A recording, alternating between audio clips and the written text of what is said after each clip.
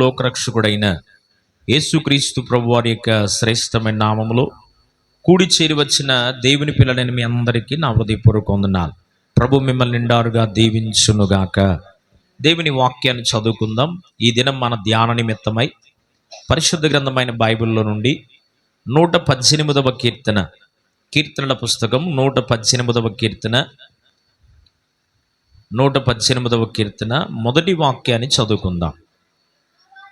యెహోవా దయాళుడు, ఆయన కృప నిరంతరము నిలుచును, ఆయనకు కృతజ్ఞతాస్తుతులు చెల్లించుడి. నాతో మాట్లాడు ప్రభువా, నీవే మాట్లాడుమయ్యా. నాతో మాట్లాడు ప్రభువా, నీవే మాట్లాడు. నీవు పలికితే నాకు మేలయ్యా, నీవు పలికితే నాకు మేలయ్యా. నీ దర్శనమే నాకు చాలయ్యా, నీ దర్శనమే నాకు చాలయ్యా. నాతో మాట్లాడు ప్రభువా, నీవే మాట్లాడుమయ్యా. మాతో మాట్లాడుమయ్యా, నీవే మాట్లాడుమయ్యా. ఈ దినం మన ధ్యానాంశముగా దయను గురించి కొన్ని మాటలు మీతో జ్ఞాపకం చేయడానికి ఆశిస్తున్నాను. ఒక రెండు ప్రాముఖ్యమైనటువంటి మాటలు మీతో చెప్పడానికి దేవుని ఆత్మ చేత ప్రేరేపించబడి ఇదను మీ మధ్యలో దేవుని సేవకునిగా నిలబడడానికి ప్రభు చూపిన కృపను బట్టి నేను దేవునికి కృతజ్ఞతాస్తుతులు చెల్లిస్తున్నాను. దయ వలన కలిగే ఆశీర్వాదాలు, ఎవరికి దేవుడు తన దయను అనుగ్రహిస్తాడు. రెండు మాటలు మనం చదువుకున్నటువంటి దేవుని వాక్యంలో యెహోవా దయాళుడు, ఆయన కృప నిరంతరం ఉండును అని మనం చదివాం. ఆయన ఎవరు అంటే దయగలిగిన దేవుడు. దేవుని దయచేత అయోగ్యులమైన మన జీవితాల్లో, అర్హత లేనటువంటి మన జీవితాల్లో, యోగ్యత లేనటువంటి మన జీవితాల్లో, పొరపాట్లు అవిధేయత కలిగినటువంటి మన జీవితాల్లో కేవలం తన దయ చొప్పున మనకు కృప చూపుతూ నడిపిస్తున్నాడు. అందుని బట్టి గట్టిగా చప్పట్లు కొడుతూ ప్రభుని స్తుతిద్దాం. హల్లెలూయా. మనం ఆరాధించే దేవుడు ఎవరు అంటే, వాస్తవానికి ప్రభువు దయచేత మనం నింపబడడానికి మనం అర్హులం కాదు. దేవుడు ఆయన దయచేత మనల్ని దర్శించడానికి మనం అనర్హులం, ఒక్క మాటలో చెప్పాలంటే. కానీ దేవుడు తన దయను మన ఎడల చూపిస్తున్నాడు. కారణం ఏంటి అంటే, యెహోవా దయాళుడు. ఆయన ఎవరంట? దయగలిగిన దేవుడు. ఆయన దయాళుడు గనుక మన ఎడల, మన కుటుంబాల ఎడల, మన బిడల ఎడల, మనం కలిగినటువంటి సమస్తం పైన దేవుడు ఏం చూపుతున్నాడంటే దయను దేవుడు చూపిస్తున్నాడు. ఒకటి రెండు మాటలు ఎవరెవరు దయను కోరుకుంటున్నారో ఒకటి రెండు మాటలు దేవుని వాక్యములో నేను మీకు జ్ఞాపకం చేయడానికి ఆశిస్తున్నాను.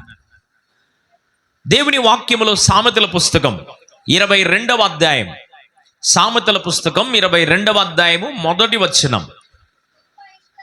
గొప్ప ఐశ్వర్యము కంటే మంచి పేరును, వెండి బంగారము కంటే దయయు కోరదగినది అన్నాడు.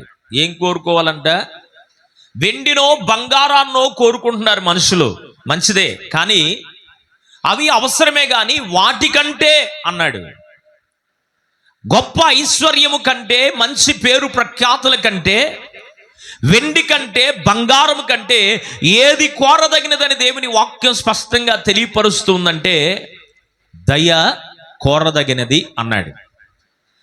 దేవుని వాక్యములో మనం జ్ఞాపకం చేసుకుంటే సామెతల పుస్తకం 11వ అధ్యాయము 17వ వచనం, సామెతల పుస్తకం 11వ అధ్యాయము 17వ వాక్యాన్ని మీరు చదివితే అక్కడ అంటాడు, దయగలిగిన వాడు తనకే మేలు చేసుకుంటున్నాడు అన్నాడు. దయగల వారిపై దయ చూపించును, కఠినుల ఎడల వికటము చూపును. దయగల వారిపై దయ చూపించును, కఠినుల ఎడల వికటము చూపును. గర్విష్ఠుల యొక్క గర్వమున నచును, గర్విష్ఠుల యొక్క గర్వమున నచును. సర్వము నెరిగిన సర్వాధికారి, సర్వము నెరిగిన సర్వాధికారి యెహోవా నా బలమా. యథార్థమైనది మార్గం, పరిపూర్ణమైనది నీ మార్గం యెహోవా. మనం ఆరాధించే దేవుడు ఎవరు అంటే దయగలవారి ఎడల దయ చూపేవాడు. దయగలిగినటువంటి వాడు తనకు మేలు కలగడానికే తనకు తానే మేలు చేసుకుంటున్నాడని దేవుని వాక్యములో మనం గమనించగలం. మరొక మాట చూపిస్తాను. కీర్తనల పుస్తకం 45వ కీర్తన 12వ వాక్యం.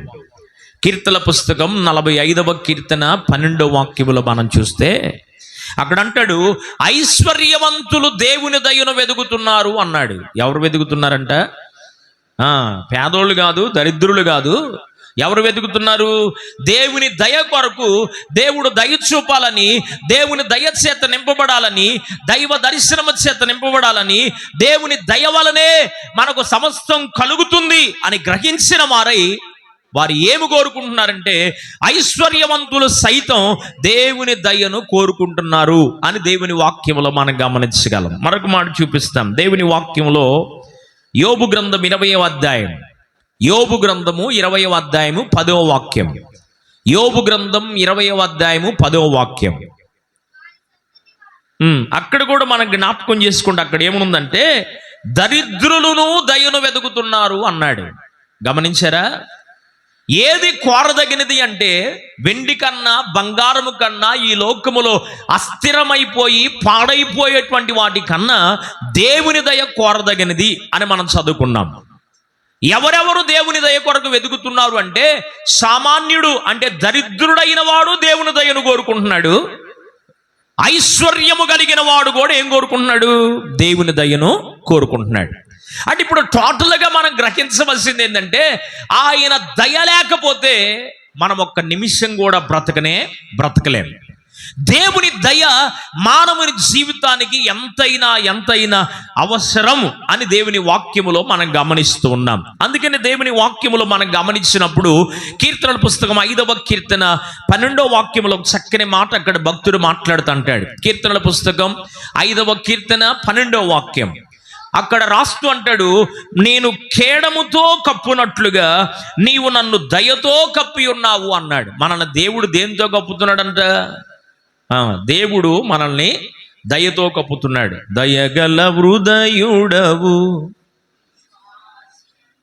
ఎన్నడు ఎడబాయవు. ఎవరంట ఆయన? దయగలిగినటువంటి హృదయుడు. మనం ఎన్ని పిచ్చి పనులు చేస్తున్నా మన పైన ఏముంటుంది? దేవుడికి దయ ఉంటుంది. ఆయన దయ ఉంది కనుక మనము దేవునికి అవిధేయకరమైన జీవితం మనం ప్రవర్తిస్తూ ఉన్నా ఆయన మనల్ని అంట దయతో కప్పుతున్నాడు. ప్రైజ్ ది లార్డ్, హల్లెలూయా. దయతో ఆయన కప్పుతూ ఉన్నాడు కనుక ఆయన దయను కొన్నిసార్లు మనం నిర్లక్ష్యంగా ఏదోలే చూస్తున్నాళ్లే, చూసాడు లేకపోతే లేదన్నట్టుగా అట్ట కొన్నిసార్లు ఆయన దయను చులకనగా తీసుకుంటున్నాం. అది మంచిది కాదు. దేవుడు దయ చూపే కొలది ఇంకా ఆయనకు కృతజ్ఞులమై మనం ఉండాలి తప్ప ఏదోలే దయ చూపిస్తున్నాడు కదా నా ఇష్టం వచ్చినట్టు నేను, నీ ఇష్టం వచ్చినట్టు నువ్వు ఉండడానికి అలాంటి ప్రయత్నం చేయకూడదు. దేవుని వాక్యములో మనం గమనించినప్పుడు భక్తిహీనులు మరి కీడు చేయను ఉద్దేశిస్తారు, కానీ మరి నిజంగా దయగలిగినటువంటి వాడైతే ఎదుటివానికి, తన పొరుగువానికి దయ చూపించడానికి ప్రయత్నం చేస్తారని ఉంది సామెతల గ్రంథంలో. ఏం చేస్తాడంట? భక్తిహీనుడైతే ఎదుటివాని యొక్క క్షేమాన్ని కోరుకోలేడు. భక్తిహీనుడైతే ఎదుటివాని పైన దయ చూపించడానికి ఆశపడలేడు. అక్కడెక్కడ దాకా అక్కర్లేదు. ధనమిచ్చిన మదమిచ్చును, మదమిచ్చిన దుర్గుణములు ఇచ్చును అన్నారు పెద్దోళ్ళు. ఊరకనే కాదు, పెద్దోళ్ళు ఏది చెప్పినా పెద్దల మాట పెరుగన్నం మూట అంటారు. పెద్దల మాట మరి శ్రేష్టమైనటువంటి మాటలు అని చెప్పారు. కొంతమంది ఉంటారు తలాతో ఒక మండు లేకుండా మాట్లాడేవారు. అట్టటోళ్ళ గురించి చెప్పట్లేదు నేను. నిజంగా దైవ జ్ఞానము చేత నింపబడి ఒక పెద్దరికములో ఉన్నటువంటి వారు మాట్లాడే మాటలు ఎలాగుంటాయి అంటే నిజంగా చలువ చేస్తాయి. చల్లని మాటలు, కమ్మని మాటలు వారు చెప్తారు. ఆ మాటల్లో ఓ ప్రాముఖ్యమైనటువంటి మాటలు మన యొక్క వ్యక్తిగత జీవితాలకు మేలు చేసేటువంటి మాటలు, అపకారం చేసే మాటలు కాదు కానీ, కీడు చేసే మాటలు కాదు కానీ, దయ చూపించే మాటలు వాళ్ళు మాట్లాడుతూ ఉంటారు. ధనము హెచ్చుగా ఉందనుకో అందరూ మావోడు అని చెప్పుకుంటారు. అవునా? ఒక మంచి పొజిషన్లో మనం ఉన్నామనుకో, పలానోడు మావోడయ్యా తెలుసా మీకు. ఎదుటోడు మనల్ని పలకరించి అడగకపోయినా ఏం చెప్తామంటే పలానోడు ఎవరో తెలుసా, మావోడే. అదే వాడు దరిద్రుడుగానో లేకపోతే పేదవాడిగానో దిక్కులేని స్థితిలో వాడు ఉంటే వాడు మావాడు, సొంత రక్త సంబంధం అయినా కానీ ఏమి చెప్పుకోవడానికి ఇష్టపడ్డంటే పలానోళ్ళు మీ ఓళ్ళేనంటగా, మీ బంధువులేనంటగా, మీ అన్నదమ్ముడేనంటగా అని చెప్తే ఏమంటారంటే ఎవరు చెప్పారు, కాదు ఏడో బీరకాయ పీసులే, ఏడో దూరపు చుట్టాలే, దగ్గరోళ్ళు కానే కాదు అని చెప్పి సొంత రక్త సంబంధమైన ఎట్ట చెప్తారంటే ఇట్లాంటి మాటలు ఉపయోగిస్తూ ఉంటారు. అయితే దేవుని వాక్యములు మనం గమనించినప్పుడు భక్తిహీనులైతే, ధనము కలిగినటువంటి వారు, లోకములో స్థితిగతులు కలిగిన వారైతే ఎదుటి వానికి క్షేమాన్ని కోరుకోలేడు. కానీ దేవుని దయచేత ఓ వ్యక్తి నింపబడితే అలాంటి వారు అంటే భక్తి కలిగిన వారు అని చెప్పవచ్చు. ఎలాంటి వాళ్ళు? భక్తి కలిగిన వారు. చూపిస్తాను ఆ మాట చూడండి. సామెతల గ్రంథం 21వ అధ్యాయం 10వ వచనం. సామెతల గ్రంథం 21:10, 21వ అధ్యాయం 10వ వచనం. భక్తిహీనుని మనసు కీడు చేయగోరును, వాడు తన పొరుగువానికైనను దయ తలచుడు. ఏం తలచడంట? పక్కనోడికి కూడా దయ తలచడు. పక్కనోడికే దయ తలచట్లేదు, రక్త సంబంధికి దయ తలుస్తాడా? తలవలేడు, ఉపయోగం లేడు అన్నమాట. ఉన్నా కానీ చెప్పుకోవడానికి కూడా అర్హత లేనటువంటి పరిస్థితి కలిగినటువంటి వాడు. అయితే దేవుని వాక్యములో మనం జ్ఞాపకం చేసుకుంటా ఉన్నప్పుడు దయ యొక్క ప్రాముఖ్యత మానవుని జీవితానికి ఎంత అవసరమో, దయ యొక్క ప్రాముఖ్యత మానవుని జీవితానికి ఏమేమి కలుగు చేస్తుందో, ఏ విధమైన ఆశీర్వాదాలు కలుగు చేస్తుందో 1-2 మాటలు దేవుని వాక్యములో మీకు పరిచయం చేయడానికి ఇష్టపడుతున్నాను. చూడండి, దేవుని వాక్యములో దేవుని దయ వలన మానవుని జీవితానికి కలిగే ఆశీర్వాదాలు. కీర్తనల పుస్తకం 30వ కీర్తన 5వ వాక్యం. కీర్తనల పుస్తకం 30వ కీర్తన 5వ వచనం చదవండి. ఆయన కోపము నిమిషమాత్రముండును, ఆయన దయ ఆయుష్కాలమంతయు ఉండును. దేవునికి మహిమ కలుగునుగా. హల్లెలూయా. ఈరోజు మానవుని జీవితంలో అన్నిటికన్నా ప్రాముఖ్యంగా ఆశిస్తున్న ఓ ప్రాముఖ్యమైన సంగతి ఏంటి అంటే ఆయుష్కాలం. ఏం కావాలి? నేను బ్రతికుంటేనే మీ మధ్యలోకి వచ్చేది, వాక్యం చెప్పేది. బ్రతుకు లేదనుకో, నేను సజీవుడిగా లేకపోతే మీ మధ్యలోకి రాలేను. దేవుని పరిచర్య, దేవుని వాక్య పరిచర్య జరిగించలేను.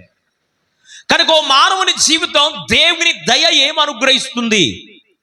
దేవుని దయ వలన మానవుని జీవితానికి కలుగుతున్న ప్రాముఖ్యమైనటువంటి ఆశీర్వాదం ఏంటి అంటే ఆయన కోపము నిమిషమాత్రముండును, ఆయన దయ ఆయుష్కాలమంతయు ఉండును అన్నాడు. ఇప్పుడు గట్టిగా చప్పట్లు. దేవునికి మహిమ కలుగునుగా. హల్లెలూయా. మనం బ్రతికుంటేనే ఏదైనా చేయడానికి. మనం బ్రతకాలి అంటే ఏం కావాలి? ఆయుష్కాలం కావాలి. 65వ కీర్తన 11వ వచనం అంటాడు, సంవత్సరమును నీ దయాకిరీటము నీవు నాకు ధరింప చేస్తున్నావు. తరముల వెంబడి తరములు, సంవత్సరం వెంబడి మనం తరములు చూసుకుంటూ వెళుతున్నామంటే కేవలం అది దేవుని దయ చొప్పునే. మనం తినే ఆహారం వల్ల కాదు, మనం చేసే ఎక్సర్సైజ్ వల్ల కాదు, మనము పాటిస్తున్నటువంటి మరి ఆరోగ్యపరమైన సూత్రాల వల్ల కాదు. దేని వలన మనం ఆయుష్కాలాన్ని పొందుకోగలుగుతున్నామంటే కేవలం దేవుని దయ వలన ఆయుష్కాలముగా మనం ఉండగలుగుతున్నాం. ప్రైజ్ ది లార్డ్, హల్లెలూయా. నాకు బైబిల్లో ఇష్టమైన సందర్భాన్ని మీకు జ్ఞాపకంలోకి తీసుకురావడానికి ఆశిస్తున్నాను. అదేంటి అంటే, హిజ్కియాకు మరణకరమైన రోగం వచ్చింది. యెషయా ప్రవచన గ్రంథం 38వ అధ్యాయంలో మొదటి నుండి కొన్ని వచనాలు మీరు చదువుతూ వస్తే, హిజ్కియాకు మరణకరమైనటువంటి రోగము రాగా యెషయా ప్రవక్త వచ్చి చెప్పాడు, నీవు బ్రతుకవు కనుక నీ ఇంటిని చక్కబాటు చేసుకోమని చెప్పాడు. ఇక్కడ ఇల్లు 2 ప్రాముఖ్యమైన మాటలు చెప్పి ముందుకెళ్తాను. నెంబర్ 1, ఇల్లు అంటే మన గుడారమైన ఈ శరీరము శిథిలమైపోయిద్ది అన్నాడు కొరింథీ పత్రికలో. 2వ కొరింథీ పత్రిక అపోస్తలుడైన పౌలు కొరింథీయులకు రాసిన 2వ పత్రిక 5వ అధ్యాయము మొట్టమొదటి వచనంలో ఈ మాట రాస్తూ మన గుడారము అన్నాడంటే ఈ శరీరం. ఈ శరీరములో ఏమున్నాయి చెప్పాలి? ఏమున్నాయి శరీరంలో? ఆత్మ, ప్రాణము, పైన కనపడుతున్న ఈ శరీరం. ఈ గుడారము శిథిలమైపోయింది. నెంబర్ 1, హిజ్కియా ఏం చెప్పాడంటే నీ హృదయాన్ని చక్కబాటు చేసుకో అని చెప్పాడు. ఏం చక్కబాటు చేసుకోవాలి? హృదయాన్ని చక్కబాటు చేసుకో. ఇరిమియా గ్రంథం 17వ అధ్యాయం 9వ వచనంలో ఉంటుంది, హృదయం అన్నిటికన్నా మోసకరమైనది, ఘోరమైన వ్యాధి గలది, దాన్ని బాగు చేయవాడు ఎవడైనా ఉన్నాడు అంటే ఒక్క జీవము కలిగిన దేవుడు తప్ప హృదయాన్ని బాగు చేయగలిగిన వాడు లేడు. ప్రైజ్ ది లార్డ్, హల్లెలూయా. రెండవది అన్నాడు, నీవు బ్రతుకవు గనుక నీ ఇంటిని చక్కబాటు చేసుకో అన్నాడు. కుటుంబాన్ని కూడా ఏం చేసుకోమన్నాడు? చక్కబాటు చేసుకో. ఈ రెండిటిని చక్కబాటు చేసుకున్నాడు హిజ్కియా. చక్కబాటు చేసుకోవడానికి కొరకే వెంటనే దేవుని వైపు తిరిగాడు. దేవుని వైపు తిరిగి దేవుని పాద సన్నిధిలో కన్నీరు గారుస్తూ ఏమని ప్రార్థించాడు అంటే, అయ్యా, నీవు నాకు రాజ్య పరిపాలన అప్పగించిన నాటి నుండి నేటి వరకు నీ ఎదుట నేను ఎలాంటి హృదయము కలిగిన వాడనై ఉన్నాను నీ వెరుగుదువు కదా. యథార్థముగా నేను ఉన్నానయ్యా, నేనెక్కడ అక్రమము చేయవాడిగా నేను లేను ప్రభువా. దయతో నన్ను జ్ఞాపకము చేసుకోమని కన్నీరు గారుస్తూ ప్రార్థన చేయగా కరుణా, దయా, వాత్సల్యత కలిగినటువంటి దేవుడు తనకు జ్ఞాపకం చేసుకొని యెషయాని మరలా తిరిగి వెనక్కి పంపించాడు. యెషయా ప్రవక్త వచ్చి చెప్తున్నాడు, నీవు కన్నీళ్లు విడుచుట నేను చూశాను. దేవునికి స్తోత్రం, హల్లెలూయా. నీవు కన్నీళ్లు విడుచుట నేను చూశాను, నీకు మరలా తిరిగి 15 సంవత్సరములు ఆయుష్కాలాన్ని నీకు ఇస్తున్నాను అని చెప్పాడు. దేవునికి మహిమ కలుగునుగా, హల్లెలూయా. ఆస్తిని ఇస్తున్నానని చెప్పలేదు, ఐశ్వర్యాన్ని కలుగు చేస్తున్నానని చెప్పలా, ఇప్పుడున్న పేరు కంటే ఇంకా గొప్ప పేరు నీకు ఇస్తున్నానని చెప్పలేదు. ఏం చెప్పాడు దేవుడు? ఆయుష్కాలాన్ని నీకు ఇస్తున్నాను అని చెప్పాడు.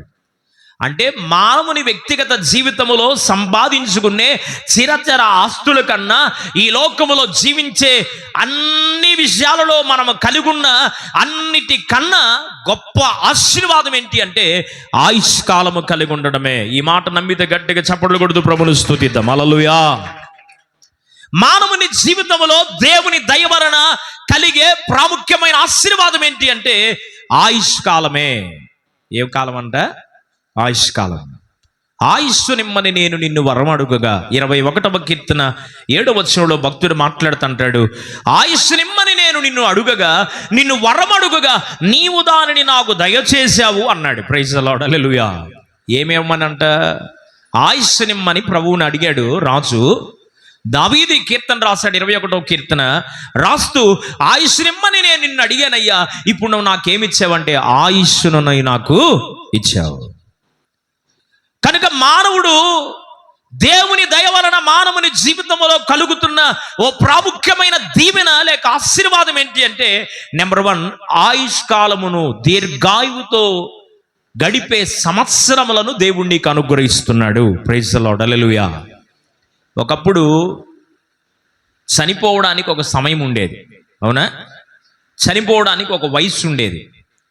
ఇప్పుడు చనిపోవడానికి, మరణము మనల్ని దర్శించడానికి వయసు ఏమి లేనే లేదు.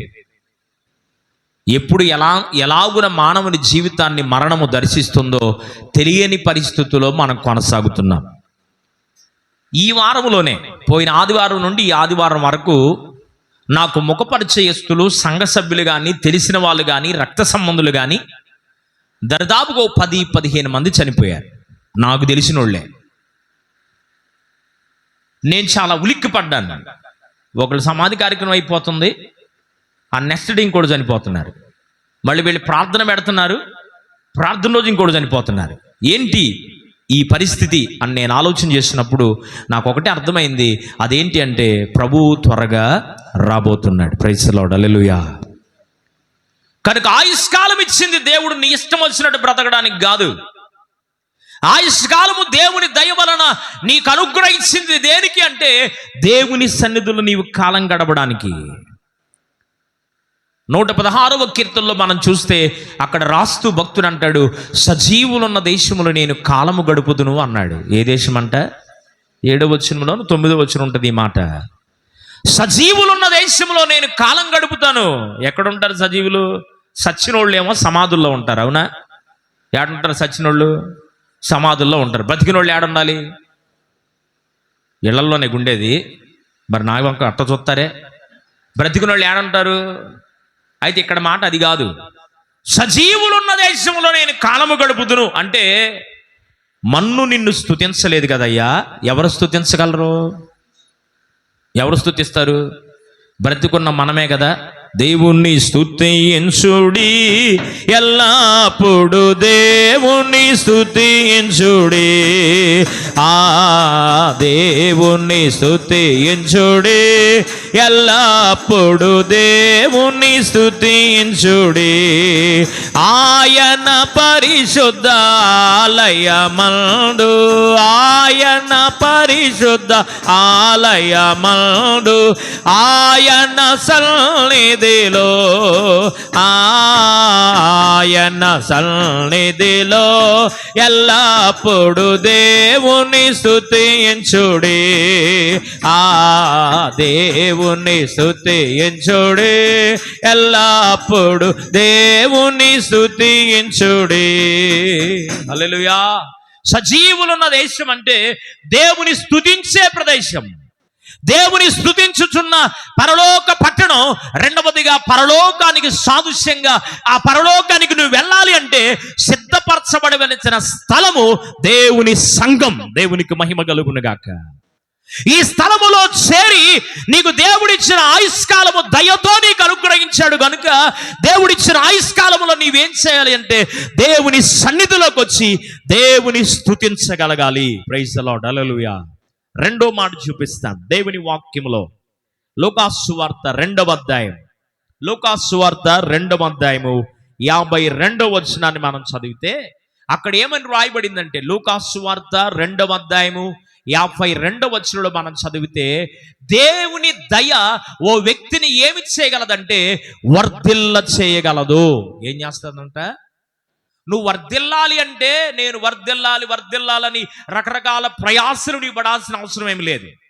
దేవా, నీ దయ నా పైన చూపించయ్యా, నీ దయ వలన నేను వర్ధిల్ల చేయబడాలి, నీ దయ వలన నేను అభివృద్ధి పరచబడాలి, నీ దయ వలన నేను క్షేమంగా ఉండాలని దేవుని దయను నీవు కోరుకుంటే చాలు. ఆయన దయ నీ పైకి దిగొస్తే నీవన్ని విషయాలలో వర్ధిల్ల చేయబడతావు. దేవునికి మహిమ కలుగును గాక. తన ప్రియుడైనటువంటి గాయనుకు లేఖ రాస్తూ యోహాను గారు మాట్లాడుతూ, యోహాన్ రాసిన 3వ పత్రిక 2వ వచనములో, యోహాన్ రాసిన 3వ పత్రిక 2వ వచనములో భక్తుడు మాట్లాడుతుంటాడు, ప్రియుడా, నీవన్ని విషయములో సౌఖ్యముగా సుఖముగా ఉండాలని, నీవు సౌఖ్యముగా ఉండాలని నీ కొరకు నేను ప్రార్థన చేస్తున్నాను. అయితే అన్ని విషయములో వర్ధిల్లి సుఖంగా సౌఖ్యంగా నీవు ఉండాలి అంటే నీవు ఆత్మీయతలో వర్ధిల్లాలి అన్నాడు. Praise the Lord, hallelujah. నీవు దేవుని దయ నిన్నేం చేస్తుందంటే వర్ధిల్ల చేస్తుంది. దేవుని దయ లేకపోతే నువ్వు ఎన్ని ప్రయత్నాలు చేసినా దానిలో కలుసుబాటుతనం రానే రాదు. నువ్వు సొంత ప్రయత్నాలు ఎన్ని చేసినా దేవుని దయ నువ్వు చేస్తున్న పని మీద కానీ, నువ్వు చేస్తున్న వ్యాపారం మీద కానీ, నువ్వు వేస్తున్న పంట పొలముల మీద కానీ, నువ్వు చేస్తున్న ప్రతి ప్రయత్నం మీద దేవుని దయ లేకపోతే ఆయన దయ లేని చోట వర్ధిల్ల చేయబడదు అని చెప్తున్నాను. ప్రైజ్ ది లార్డ్, హల్లెలూయా.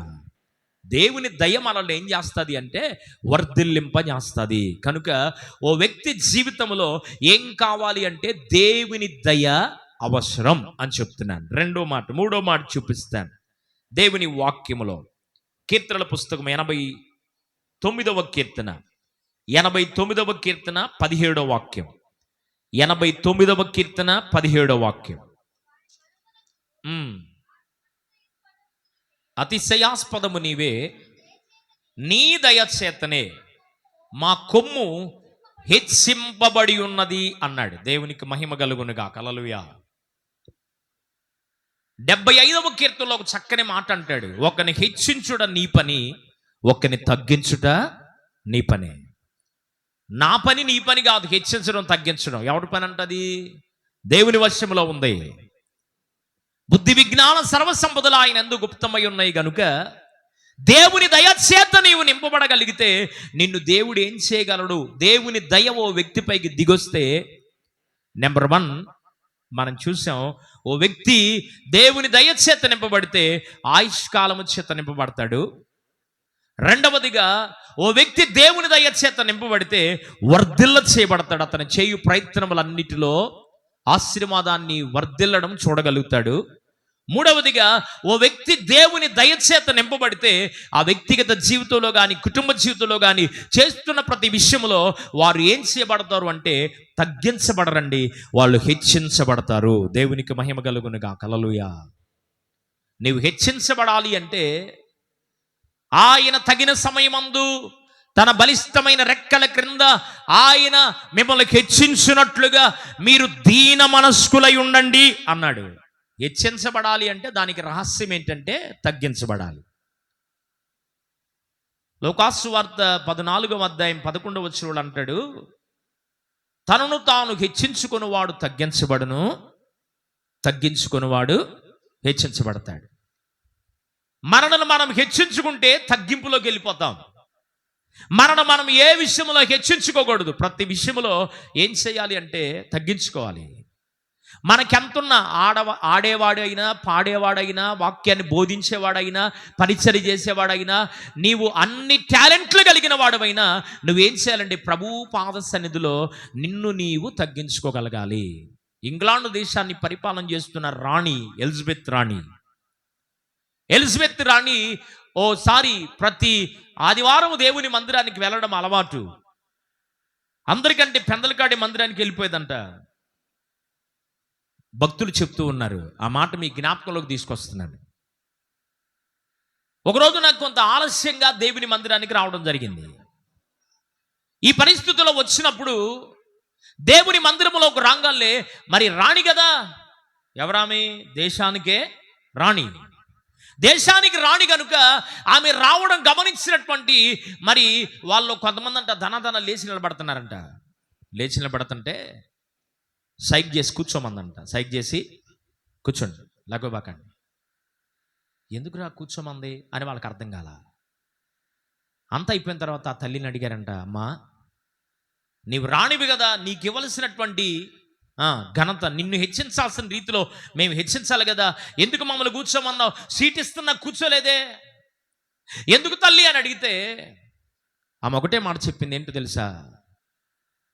నేను దేశానికి మాత్రమే రాణిని, నన్ను రాణిగా నిలబెట్టిన నా దేవుడు గొప్పోడు, ఆయన ప్రపంచానికే రాజు. కొట్టుగడ్డకి చప్పట్లో దేవునికి మహిమ కలుగునుగాక. నేను నా దేశానికి మాత్రమే రాణిని, ఆయన దయ వలన నేను రాణిగా ఉన్నాను. ఆయన దయ లేకపోతే తీసవతల పడేస్తాడు. కనుక ఆయన సన్నిధిలో రాజునో, పేదోడనో, గొప్పవాడనో, తగ్గింపు కలిగిన వాడనో ఎట్లాంటి పరిస్థితులు ఏమీ లేవు. నేను బయట రాణినే కానీ నా దేవుని సన్నిధికి వచ్చినప్పుడు నేను ఎవరినంటే మీతో పాటు సామాన్యమైన వ్యక్తిని అని అంతగా తల్లి తగ్గించుకుంది. ప్రైజ్ ది లార్డ్, హల్లెలూయా. మనము దేవుని సన్నిధిలో మనం హెచ్చించబడాలి అంటే మనం ఏం చేయబడాలంటే మనలో మనం తగ్గించుకోవాలి. ఎవడు తనను తాను తగ్గించుకుంటాడో వాడిని నిశ్చయముగా దేవుని దయ ఆ వ్యక్తిని హెచ్చించగలిగిన స్థితిలోకి తీసుకొని రాగలుగుతుంది. సామెతల గ్రంథంలో ఒక చక్కని మాట అంటాడు, ఘనతకు ముందు వినయముండును అన్నాడు. నీవు ఘనపరచబడాలి అంటే, నీవు హెచ్చించబడాలి అంటే, నీవు ఎంత తగ్గించుకుంటావో అంతగా నీవు ఘనపరచబడాలి అంటే నీలో ఏం కనపడాలంటే దేవునికి తగ్గింపు కనబడాలి. కనుక ఓ వ్యక్తి దేవుని దయ చేత నింపబడితే అతనిని దేవుడు ఎలాగ ఆశీర్వదిస్తాడు అంటే అతనిని దేవుడు హెచ్చిస్తాడు. మరొక మాట చూపిస్తాను దేవుని వాక్యంలో. కీర్తనల పుస్తకం 30వ కీర్తన, కీర్తనల పుస్తకం 30వ కీర్తన 7వ వచనం. యెహోవా దయ కలిగి నీవే నా పర్వతములను స్థిరపరిచితివి. పర్వతములన్నీ తొలగిన మెట్టలన్నీయు తత్తరిల్లినను, పర్వతములన్నీ తొలగిన మెట్టలన్నీయు తత్తరిల్లినను, వీడువక నా ఎడ కృప చూపుచున్నావు, వీడువక నా ఎడ కృప చూపుచున్నావు.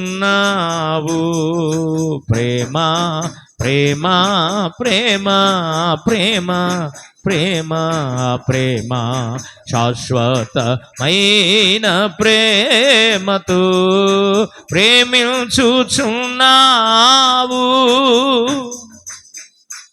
కొంతమంది మనుషులు మనకు ఎలా కనపడతారంటే పర్వతాల్లాగా కనపడతారు. అంటే శరీరాకారం గురించి మాట్లాడట్లేదు. ఇప్పుడు అమ్మా నాన్న ఉన్నారు, పిల్లలకి ఎట్లా కనపడతారు? మా అండ, మా కొండ, మా ధైర్యం వాళ్ళే అన్నట్టుగా ఉంటారు. కానీ కొన్ని పరిస్థితుల్లో పర్వతాలు తొలగిపోయినట్లుగా వాళ్ళు కాలక్రమేణా వారు తొలగిపోతారు. ఈ మాట యొక్క అర్థం ఏంటి అంటే, నా పర్వతములను నీవే స్థిరపరిచేవాడివి అన్నాడు. దేవుని దయ ఓ వ్యక్తి మీద ఉంటే నీవు కదల్చబడవు, నీవేం చేయబడతావు అంటే స్థిరపరచబడతావు. దేవునికి మహిమ కలుగునుగాక. మనము స్థిరంగా ఉంటే మన పిల్లలకు కూడా మనం ఏదైనా చేయగలుగుతాం. మనమే స్థిరపరచబడకపోతే మన పిల్లలకు మనం ఏం చేయగలుగుతాం? చేయలేము.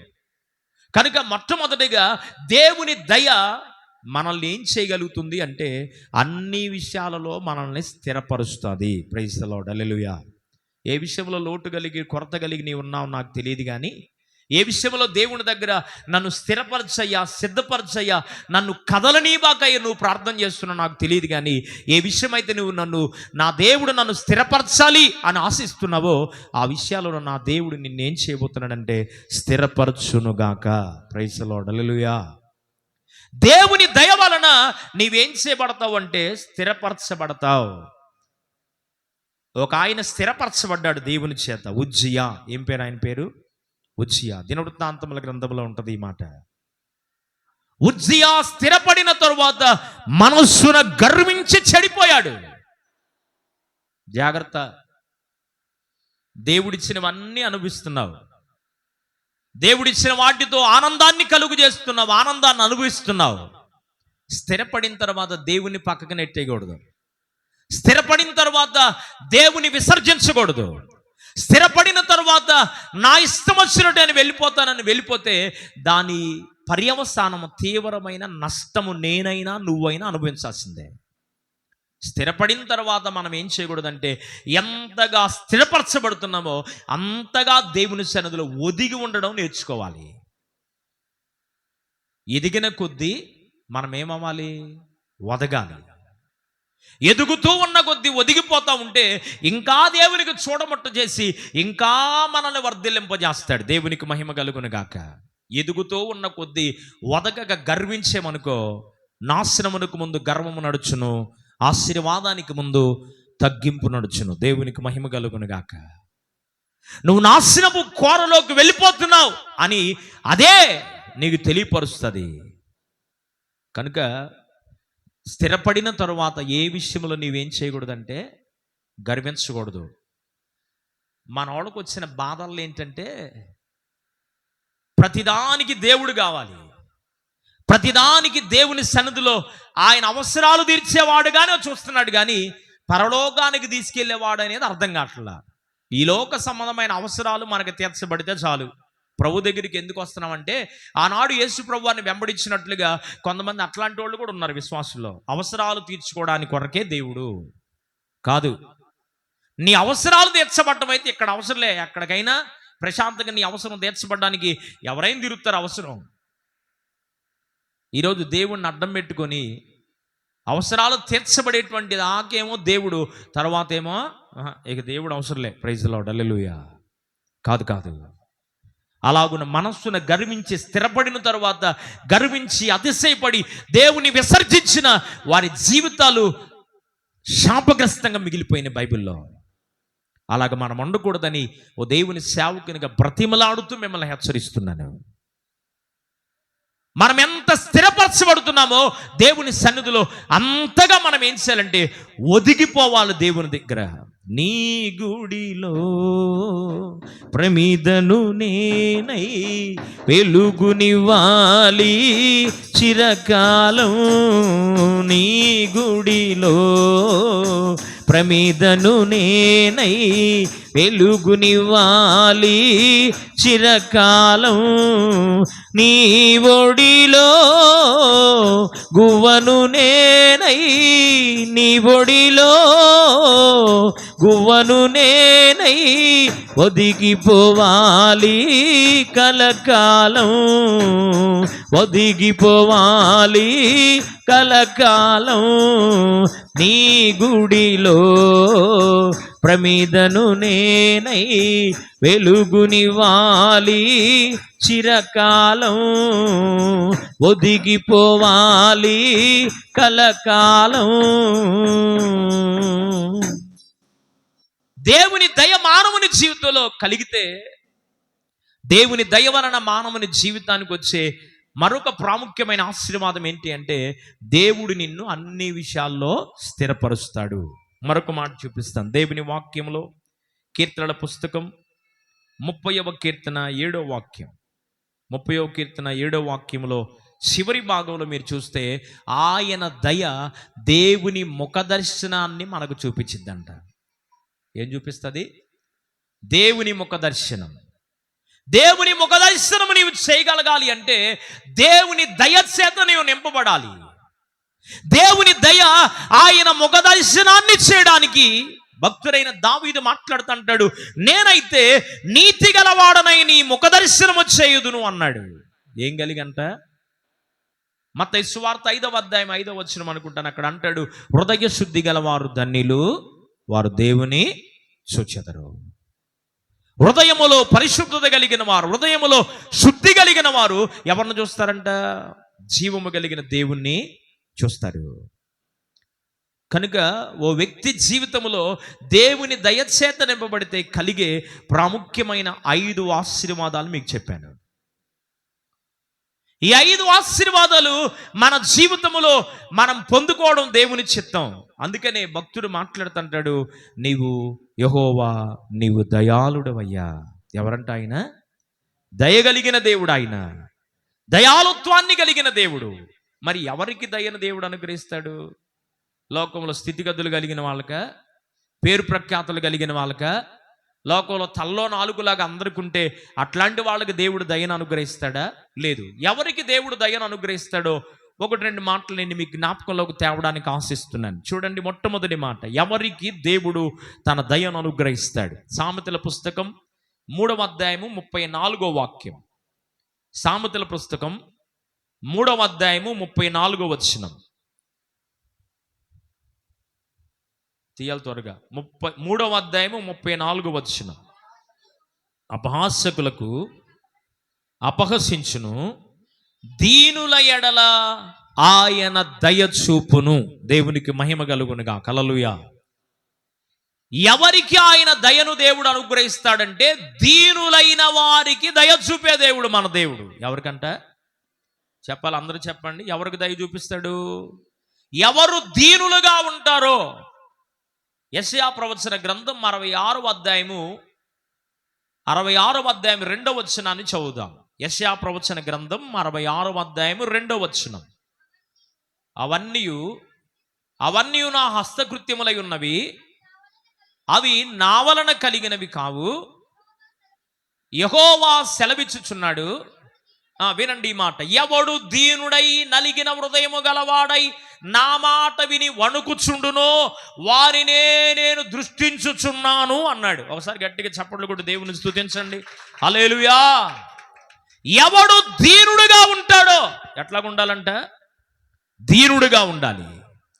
ఎవడు దీనుడై నలిగిన హృదయాన్ని కలిగిన వాడై దేవుని మాట వింటూ వణుకుతూ భయపడుతూ ఉంటాడో అలాంటి వారిని దేవుడు దయచూపటమే కాదండి, అలాంటి వారి పైన దేవుడు తన కనుదృష్టిని నిలుపుతున్నాడు. దేవునికి మహిమ కలుగునుగా. హల్లెలూయా. ద్వితీయోపదేశకాండ గ్రంథం 11వ అధ్యాయం 11వ వచనంలో మీరు చూస్తే అక్కడ అంటాడు, సంవత్సరం ఆది మొదలుకొని సంవత్సరాంతం వరకు యెహోవా కనుదృష్టి దానిపైన ఉండును. ఏ జీవితంపై అయితే దేవుని కనుదృష్టి ఉంటుందో వారు దయను పొందుకుంటారు, వారు దీనులుగా ఉంటారు.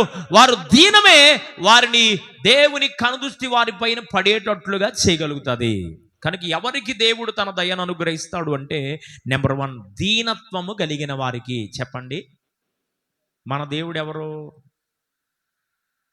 మత్తయి సువార్తలో చెప్పాడు. ఎవరైనా, నేను దీనుడను సాత్వికుడైన మనస్సు కలిగిన వాడు. ఆయన మనస్సు దయగలిగిన మనస్సు, ఆయన మనస్సు సాత్వికము కలిగిన మనస్సు, ఆయన మనస్సు దీన మనస్సు అని దేవుని వాక్యంలో మనం చూడగలం. కనుక నెంబర్ 1, ఎవరికి దేవుడు తన దయను అనుగ్రహిస్తాడంటే, నీవు దేవుని ఎదుట దీనుడుగా ఉంటే. ఎవరి ఎదుట దీనులుగా ఉండాలి?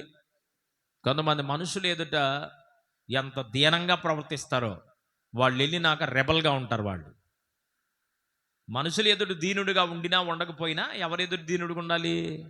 దేవుని ఎదుట దీనుడుగా ఉండాలి. దేవుని ఎదుట తగ్గించుకొని బ్రతకాలి. దేవుని ఎదుట దీనత్వాన్ని కలిగిన వ్యక్తిగా నీ ఉంటే దీనుల ఎడల ఆయన దయ చూపేవాడిగా ఉన్నాడు. అంత మాత్రమే కాదు, వారి పైన తన కనుదృష్టిని దేవుడు నిలుపుతాడు. రెండో మాట, విలాపవాక్యముల గ్రంథం 3వ అధ్యాయము 25వ వచనం. విలాపవాక్యముల గ్రంథం 3వ అధ్యాయం 25వ వచనం. తన్ను వెదుకు వారి ఎడల దయ చూపేవాడవు అన్నాడు. ఎవరి ఎడలంట? దేవునిని ఎవరైతే వెతుకుతారో వారి ఎడల నా దేవుడు దయ చూపేవాడు. సామెతల్లో ఇందాక మనం చదువుకున్నాం, వెండిని వెదికినట్లుగా బంగారమును వెదికినట్లుగా దేవుని దయను వెతకాలి అని రాయబడింది. ఏం వెతకాలంట? దేవుని దయను వెతకాలి. దేవుని వాక్యములో మనం జ్ఞాపకం చేసుకుంటున్నప్పుడు, మీరు నన్ను జాగ్రత్తగా వెదికిన ఎడల నేను మీకు దొరుకుతాను అన్నాడు.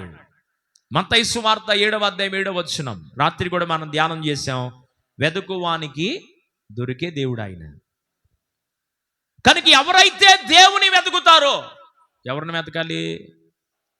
లోకంలో ఉన్నటువంటి వాటిని కాదు వెతకాల్సింది, లోకంలో ఉన్న స్థితిగతులను పరిస్థితులను కాదు వెతకాల్సింది. ఎవరిని వెతకాలంటే జీవము కలిగిన దేవుణ్ణి వెతకాలి. ఎవరు దేవుని వెతికే అనుభవాన్ని కలిగి ఉంటారో వారికి దేవుడు దయ చూపేవాడు.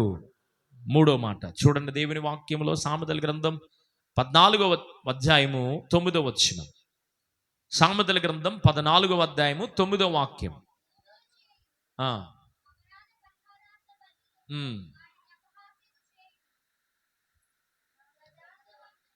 చదువు. యథార్థవంతులకు దయ చూపించే దేవుడు మన దేవుడు. Praise the Lord. హల్లెలూయా. ఎవరికంట? ఎవరు యథార్థంగా ఉంటారో. యథార్థత అంటే ఏంటి? పోయిన వారం చెప్పాను. యథార్థం అంటే ఏంటి? లోపల ఏముందో, ఇన్పుట్ ఏది ఉందో అవుట్పుట్ కూడా అదే ఉండాలి. లోపల ఒకటనో బయట ఇంకోటి ఉండకూడదు.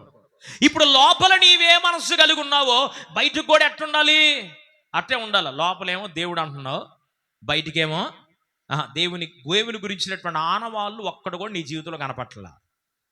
లోపలేమో నేను దేవుణ్ణి నమ్ముకున్నాను, దేవుని బిడ్డను, సావరైన సత్తా అంటున్నావు, చేసే కార్యాల్లో మాత్రం దేవుని నామానికి అవమానం కలిగించే కార్యాలే కానీ దేవుని నామాన్ని గణపరిచే కార్యం ఒక్కడు కూడా నీ జీవితంలో కనబట్టలే. లోపలేమో యథార్థవంతుడు అంటున్నావు, పైకి మాత్రం అబద్ధం మాటలే మాట్లాడుతున్నావు. దానివల్ల ఉపయోగం ఏమన్నా ఉందా అంటే ఉపయోగం ఏంటి అంటే నష్టము తప్ప మరొక ఉపయోగం ఏమి లేనే లేదు. 84వ కీర్తన 10-11 వచనాలు మనం చదివాం. అక్కడేమని ఉంటుందంటే యథార్థవంతులకు ఆయన ఏ మేలు చేయక మానుడు అన్నాడు. నువ్వు యథార్థంగా ఉంటే నీ పైన దయ చూపించి నీకేమి చేస్తాడు అంటే మేలును దేవుడు చేస్తాడు. కనుక ఎవరికి దయ చూపిస్తాడు దేవుడు అంటే నెంబర్ 1 దీనులకు దయ చూపిస్తాడు, దేవుని వెదకే వారికి దయ చూపిస్తాడు, మూడవదిగా యథార్థవంతులకు దేవుడు దయ చూపిస్తాడు. 4వ మాట చూపిస్తాను. సామెతల పుస్తకం 13వ అధ్యాయము 15వ వాక్యం. సామెతల పుస్తకం 13వ అధ్యాయము 15వ వాక్యం.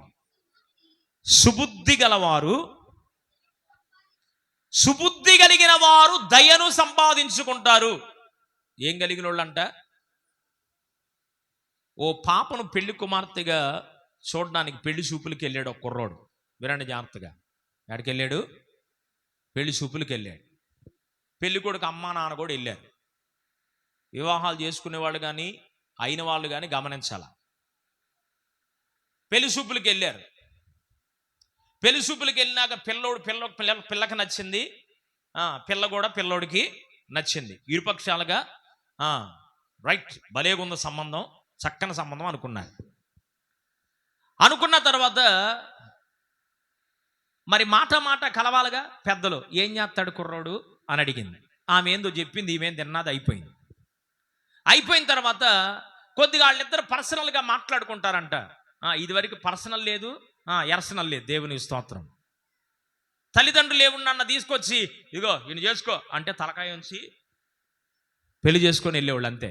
ఇప్పుడు అట్ట కాదుగా. టేస్టులు నచ్చాలంట, బిహేవియర్ నచ్చాలంట, రంగు రూపు చిక్కదనం ఈ మొత్తం చూసి ఇప్పుడు ఏమంటున్నారంటే ఒక్క అవలక్షణమన్నా వాళ్ళు కనపడితే నాకొద్దు అంటున్నారు. దేవుని స్తోత్రం.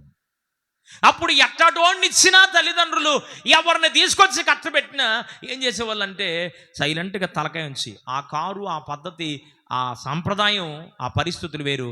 ఇప్పుడున్న కారు, ఇప్పుడున్న జనరేషన్ వేరు అని చెప్తున్నాను. ఇక వాళ్ళిద్దరు వెళ్ళారు మాట్లాడుకోవడానికి. ఆ తల్లిదండ్రులు వీళ్ళ తల్లిదండ్రులు, వాళ్ళ పెద్దలు వీళ్ళ పెద్దలు ఉన్నారు. వీళ్ళు మాట కలుపుకొని మాట్లాడుకుంటున్నారు. ఇప్పుడు పెళ్లి కొడుకు వాళ్ళ అమ్మగారు మాట్లాడుతున్నారు పెళ్లి కూతురు వాళ్ళ అమ్మతో. ఏమన్నా తెలుసా? మా అబ్బాయి చాలా మంచోడు, మంచోడే గాని అన్నది. మంచోడే గాని అంటే గూని ఉన్నట్టే. ఏముందాడా? మంచోడే గాని వచ్చిందంటే అక్కడ ఏమున్నట్టు? మైనస్ ఏదో ఉంది. మావోడు అప్పుడప్పుడు మంచోడే కానీ అప్పుడప్పుడు ఏదన్నా ఫంక్షన్ జరిగినప్పుడు ఒక్క సిగరెట్ తాగుతాడు. అయిందా? దేవుని స్తోత్రం. ఇంకా 4 మాటలు మాట్లాడింది. మళ్ళీ అంటుంది మా వాడు ఎప్పుడెప్పుడైనా ఏదన్నా పెద్ద ఫంక్షన్లు మా ఇంట్లో జరిగితే ఎంత పెద్దగా ఏం తీసుకోడు, ఒక బాటిలే తీసుకుంటాడు. దేవునికి స్తోత్రం. పెద్దగా తీసుకోడంట. ఎంత తీసుకుంటాడు? బాటిల్ తీసుకుంటాడు. ఈ మాటలు ఆడపిల్ల తల్లిదండ్రులకు వేదన కలిగించినాయి. ఇచ్చేదంతా ఇస్తా, చేసేదంతా చేస్తా, ఇట్లా టోడిని తీసుకొచ్చి నా కూతురు యొక్క గొంతు కోయడం నాకు ఇష్టం లేదని, పర్సనల్ లేదు, ఏం లేదని వాళ్ళు పిలిపించారు. మీరు సర్దుకొని వెళ్ళండి అని పంపించారు. మా ఓడు మంచోడే కానీ గుణం మంచిది కాదు అని చెప్పింది ఆ తల్లి. అప్పుడప్పుడని వాడి జీవితం అంతా చెప్పింది. మొత్తానికి ఆమె యథార్థవంతురాలని అనుకోవాలి. ఏ తల్లి అట్ట చెప్పదు. వాడి బలహీనత ఏంటో ముందే చెప్పేస్తే ఆ తర్వాత మరి ఎదురయ్యే పరిస్థితుల్లో నాకేం సంబంధం లేదు, ఆ రోజు నేను చెప్పాను అనొచ్చుగా. దేవునికి స్తోత్రం. అందుకని పాపం మొత్తం చెప్పింది, పుస్తకం అంతా ఇప్పింది. ఆ పుస్తకం విన్నాక అట్లా టోడికి ఎవరైనా ఆడపిల్లని ఇచ్చి కట్టబెడతారంటే కట్టబెట్టడం. మొన్న ఒకడు అంటున్నాడు, మగ పుట్టకు పుట్టాక సిగరెట్ దాక్కుండా ముందు దాక్కుండా ఎవరుంటాడు అంటే ఆడవాళ్ళు దాగమనే. ఏ పుట్టకు పుట్టాక అంట నిజంగా మందు తాగడం, సిగరెట్ తాగడం దేవుని చిత్తం అయితే పైన ఒక పొగ్గొట్టం పెట్టేవాడేగా. ఏడా బ్రాయిలర్ ఉందగమ్మా, బాయిలర్ తెలీదా? ఇప్పుడు బాయిలర్లో పైన ఏం పెడతారు? టిఫిన్ హోటల్కి వెళ్ళండి, టిఫిన్ హోటల్లో పొగ అంతా పోతానికి ఏం పెడతారు? పైన పొగ్గొట్టం పెడతారా? ఇప్పుడు పైన పొగ్గొట్టం పెడతారు, ఇక్కడ కింద మంట ఎత్తంటే పైన పొగ ఇల్లుద్దుగా. మరి వీడికి కూడా నిజంగా సిగరెట్ తాగటం మగోళ్ళు అక్షరం అనేవాడు మరి పైన ఒక పొగ్గొట్టం పెట్టాలి కదా, దేవుడు పెట్టలేదే. అంటే దాని ఉద్దేశం ఏంటంటే సిగరెట్ మందు తాగడం దేవుని ఇష్టం లేదు, మానవుడు దేవుని చిత్తం కాదు, అది దేవుని ఉద్దేశం కాదు. అది మానవుడు వివిధమైన తంత్రముల చేత యుగ సంబంధమైన దేవత వారి మనోనేత్రములు గుడ్డితనము కలుగు చేసింది కనుక తాగే వాళ్ళకి అట్ట బుద్ధి లేదో నాకు అర్థం కావట్లేదు. పెట్టి పైన ఏముంటుంది? Smoking is dangerous to health అని ఉంటుంది. పొగ తాగడం ఆరోగ్యానికి, పెద్దగా రాదులే నాకు ఇంగ్లీష్ చెప్పరే, పొగ తాగడం ఆరోగ్యానికి హానికరం. మందు బాటిల్ మీద ఏముంటుంది? మందు తాగడం ఆరోగ్యానికి హానికరం అని ఉంటుంది. దేవునికి స్తోత్రం. అది చూస్తాడు, చదువుతాడు, అయినా ఏం చేస్తున్నాడు? తాగొదిలి పెడుతున్నాడు. ఇప్పుడు ఏమవుతుంది? ఆయన ఒక్కడ బాటిల్లా, కుటుంబం కూడా పాడైపోతుంది. తాగి తాగి కిడ్నీలు ఫెయిల్ అయిపోయి భయంకరమైన పరిస్థితుల్లో ఉంటే వాడిని బట్టి వాడిని చేసుకున్న దానికి ఏడవలసిన వాళ్ళు ఎవరు? భార్య, పిల్లలు, కుటుంబ సభ్యులు. అల్లాడిపోతున్నటువంటి కుటుంబాలు, వందల కుటుంబాలు ఉన్నాయి లోకంలో. కనుక ఏం బాగుండాలి అంటే నీ బుద్ధి బాగుండాలి.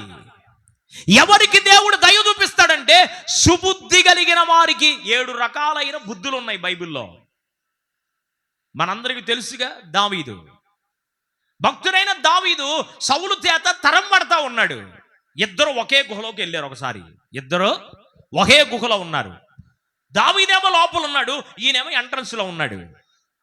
ఇప్పుడు దావీదు లోపల ఉన్న ఆయన ప్రార్థన చేస్తున్నాడు ప్రభుకి, అయ్యా సౌలునేందయ్యా తీసుకొచ్చి వాకిట్లోనే పెట్టా, నన్ను చంపడానికి ప్రయత్నం చేస్తూ తిరుగుతుంటే అదే సౌలును తీసుకొచ్చి వాకిట్లో పెట్టావు, నేను అయిపోయినట్టే కదా ప్రభువా. ఏం చేస్తావు, ఎట్ట చేస్తావు నాకు తెలియదు, కానీ సౌలు బారి నుండి నన్ను తప్పించయ్యా అని ప్రభు దగ్గర ప్రార్థన చేశాడు. ప్రార్థన చేస్తే ఆనాడు ఆదిపితరులైన ఆదామవ్వకు గాఢ నిద్ర ఎట్లా దేవుడు కలుగు చేశాడో అట్లాగే ఏం చేశాడంటే వాళ్ళకు గాఢ నిద్రను కలుగు చేసి దావీదు వారిని దాటుకుంటూ వెళ్ళడానికి దేవుడు కృప చూపించాడు. దేవునికి స్తోత్రం చేద్దాం. హల్లెలూయా. తెల్లవారి ఈ గుహ ఎదురున్నాడు, ఆయన ఎదురు నిలబడ్డాడు దావీదు. ఈ సంగతి సౌలుకు అర్థమైపోయింది. అయ్యయ్యా ఎవరో ఒకడు మేలుకొని ఉంటారుగా, అంతమంది సైన్యాన్ని వీడు ఏం చేయలేక గమ్ముగుండి ఉంటారు. వారు తెల్లారి సౌలుతో చెప్పాడు. చెప్పగానే సౌలు దావీదును చూసి అంటున్నాడు,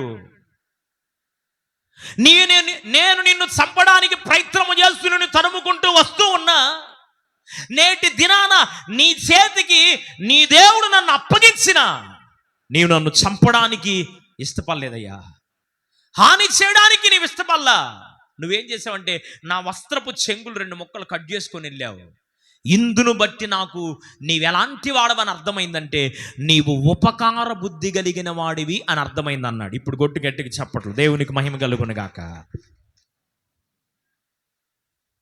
అపకారము చేసే వాళ్ళకు కూడా మనం ఏం చేయాలంటే తిరిగి ఉపకారమే చేయాలి.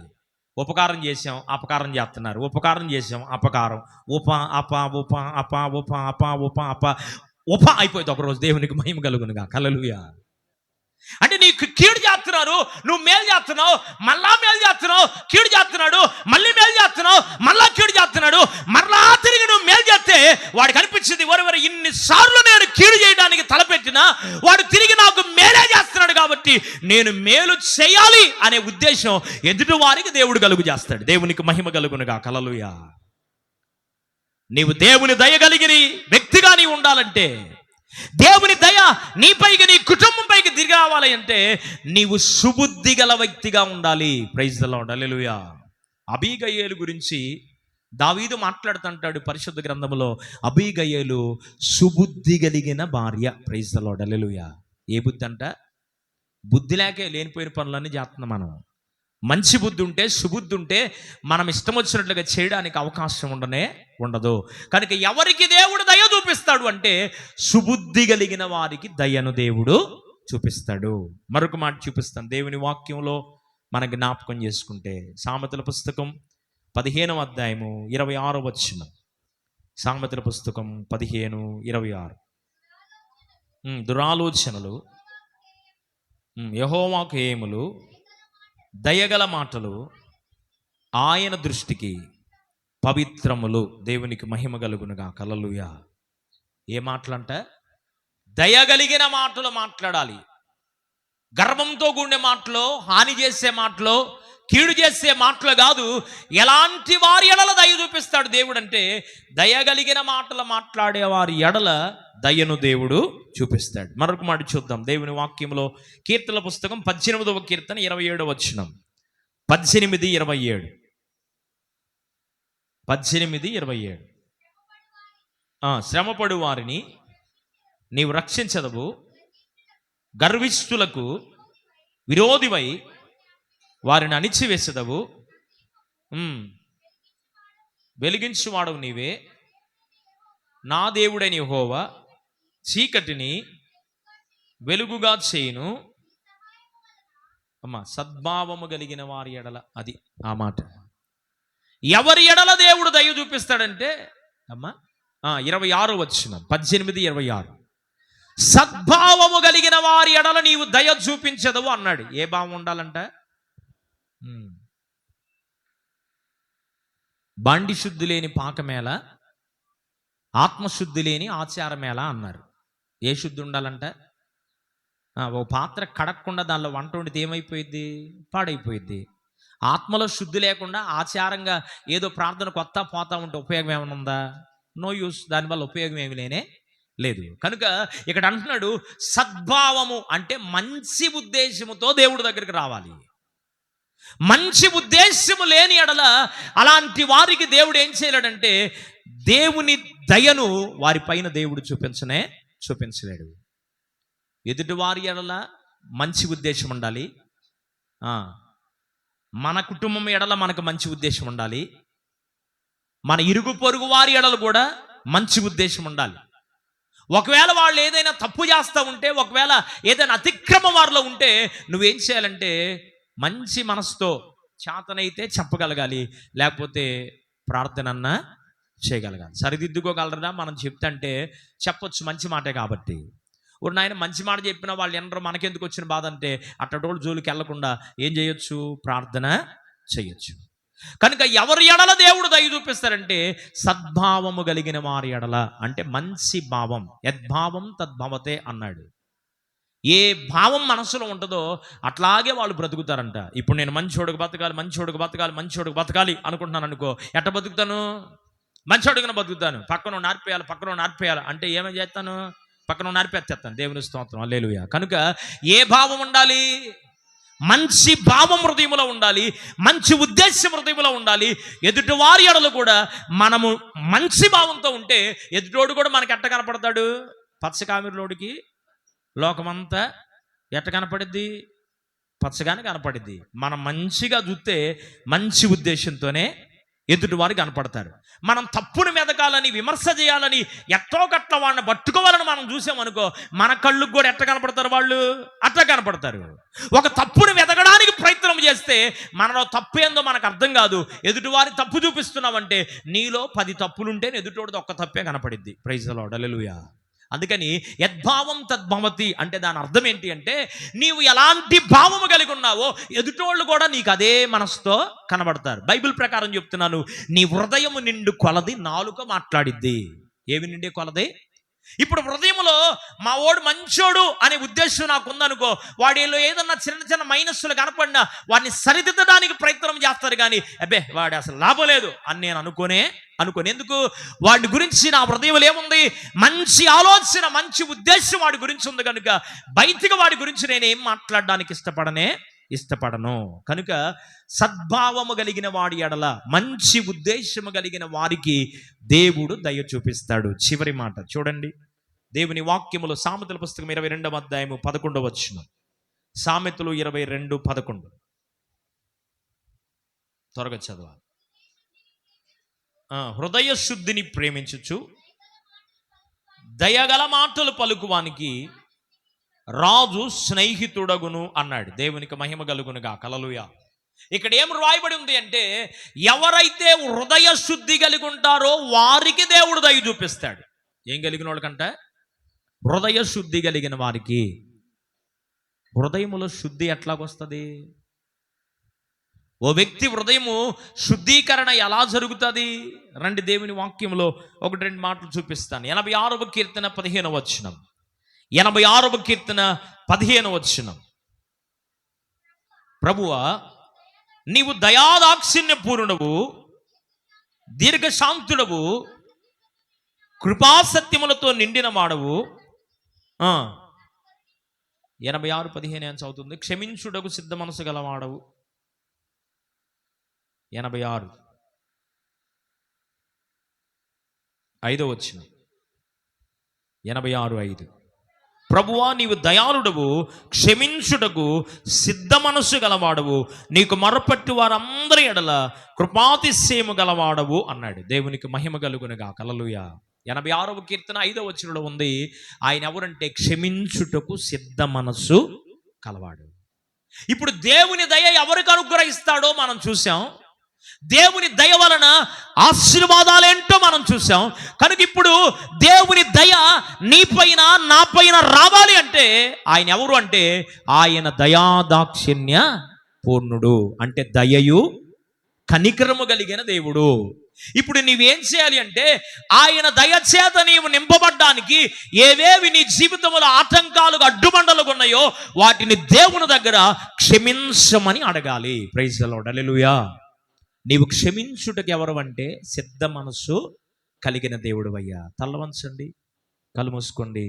ప్రభు పాసన్నిధిలో నన్ను క్షమించయ్యా, అపరాధముల చేత పాపముల చేత నేను చనిపోయిన వాడిగా ఉండగా, నీ దయను కోరుకోవడానికి నేను అనర్హుడిగా ఉండగా, నీ దయ చేత నేను నింపబడ్డానికి అయ్యా నీవు క్షమించగలిగిన దేవుడు అని, క్షమాపణ హృదయమును కలిగినటువంటి వాడవని నీ పాద సన్నిధిలో నేను విన్నాను నాయనా. కనుక నా వ్యక్తిగత జీవితాన్ని, నా కుటుంబ జీవితాన్ని, నా పరిస్థితిని వెరిగిన దేవుడు కనుక నీ దయ వలనే, నీ దయ చేత, నీ దయ వలన, నీ దయలో నేను ముందుకు నడవడానికి నాకు సహాయం చేయయ్యా.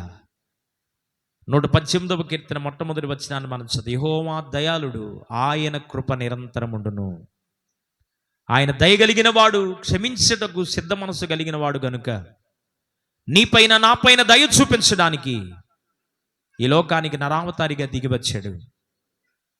ఈ లోకములో 33.5 సంవత్సరము జీవించి నీ కొరకై నా కొరకై శిలువ మరణం పొందినంతగా శ్రమపడి, గాయపరచబడి, హింసించబడి, పిడిగుద్దులు గుద్దబడి నీ కొరకై నా కొరకై ఎన్నో శ్రమలను అనిపించి తన ప్రాణాన్ని నీ కొరకు నా కొరకు త్యాగము చేసి 40 దినాలు మరణాన్ని జయించి తిరిగి లేచి 40 దినాలు భూమి మీద ఉండి సశరీరుడిగా ఆయన అందరూ చూస్తూ ఉండగా ఆహ్వానం వెళ్ళిపోయాడు. వెళ్ళిపోయిన యేసయ్య తిరిగి వచ్చే దినాల్లో మనం ఉన్నాం. ఏం కోరుకుంటున్నావు నీవు? ఎవరిని కోరుకుంటున్నావు? ఏం కావాలని నీవు అడుగుతున్నావు? మనం అడగవలసింది ఏంటో స్పష్టంగా ప్రభువు మనతో మాట్లాడుతూ వచ్చాడు. గొప్ప ఐశ్వర్యము కంటే, వెండి కంటే, బంగారము కంటే దయ కోరదగినది అన్నాడుగా.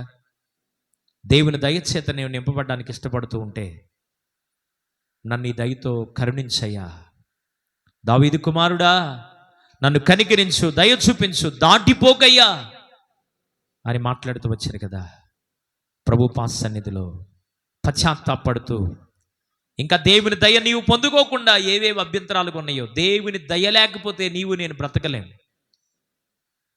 దేవుని దయ చొప్పునే మనం బ్రతకగలము గనుక ఆయన దయ చేత నీవు నేను నింపబడడానికి ఆయన చేసిన సిలువ త్యాగాన్ని వ్యర్థం చేసుకోబాక.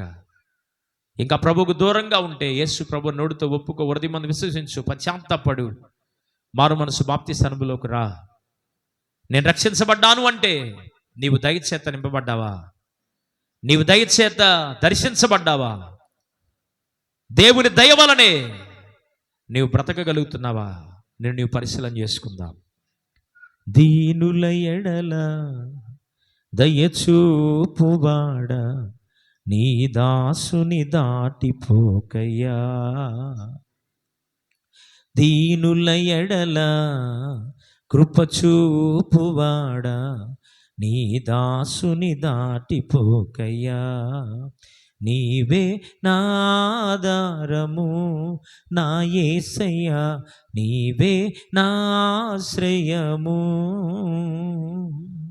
నీవే నాకాధారము నా యేసయ్యా, నీవే నాకాశ్రయము.